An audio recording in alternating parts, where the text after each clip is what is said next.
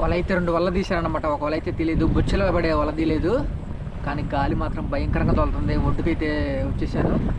లేకపోతే మన పడవ చిన్న పడవ కాబట్టి మొత్తం నీళ్లు నింపుకొని కృష్ణానదిలో మనం మునిగిపోయే అవకాశం ఉంది. చూద్దాం. చిప్పలు అయితే కొన్ని పడ్డాయి, అలాగే రవ్వ చేప పడ్డది. ఒక రవ్వ చేప అయితే అసలు వలనైతే తెంపుకొని పోయింది, పెద్ద రవ్వ చేప.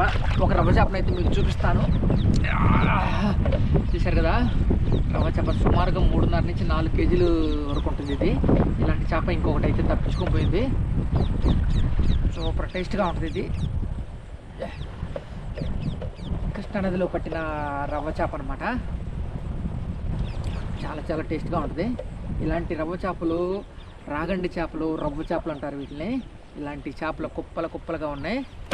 ఇంకా చిప్పలు అయితే కొన్ని పడ్డాయి. చిప్ప గురుగు చేప అంటారు, చైనా గురుకులు గురుగు చేపలు అంటారు.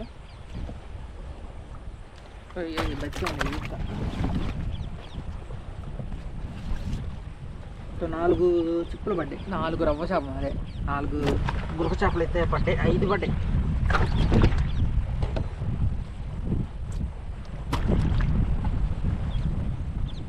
ఒకటి చిన్న గండె పిల్ల అయితే పడింది అనమాట. గండె పిల్లది.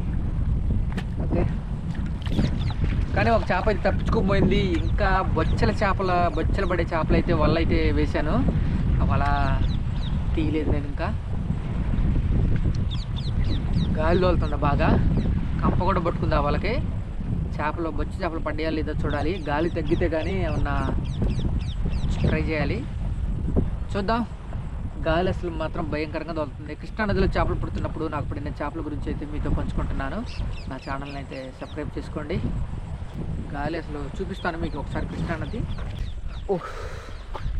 ఈ మెరక మీద దీని చుట్టూ నీళ్ళు ఉంటాయి, కానీ ఇప్పుడు తగ్గిపోయాయి. ఈ మెరక అయితే బయటపడిద్ది అనమాట. ఈ మెరక మీద అయితే మనం ఎన్నోసార్లు ఐరన్ బొట్లు అయితే పెట్టాము. ఐరన్ బొట్లు పెట్టి అసలు చేపలు అయితే కింటాల చేపలే పట్టామన్నమాట.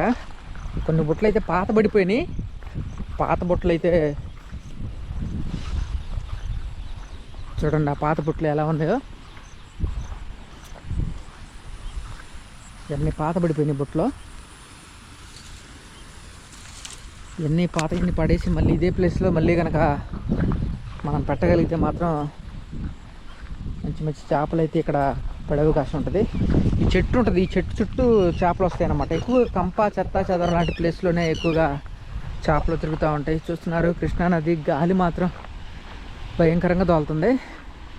కానీ కొన్ని పెద్ద పడవలు అయితే లోపలైతే ఉన్నాయి.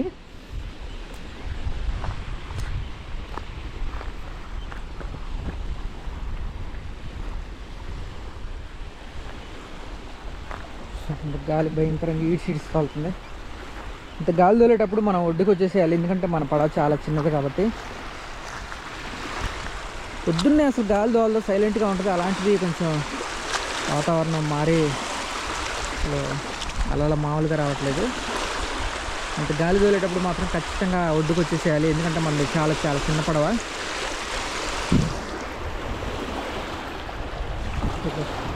మొత్తం మబ్బు బట్టకు వస్తుంది కాబట్టి వాతావరణం మారిపోయింది.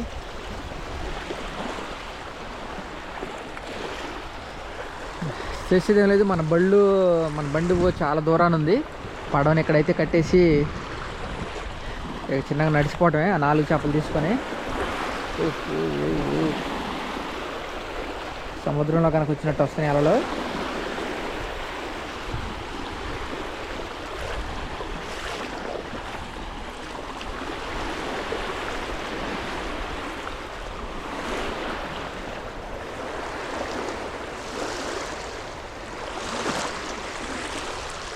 ఓకే, చూస్తున్నానండి కృష్ణానదిలో చేపలు పడుతున్నప్పుడు నాకు పడిన చేపల గురించి అయితే మీతో పంచుకుంటున్నాను. నా ఛానల్ని అయితే సబ్స్క్రైబ్ చేసుకోండి.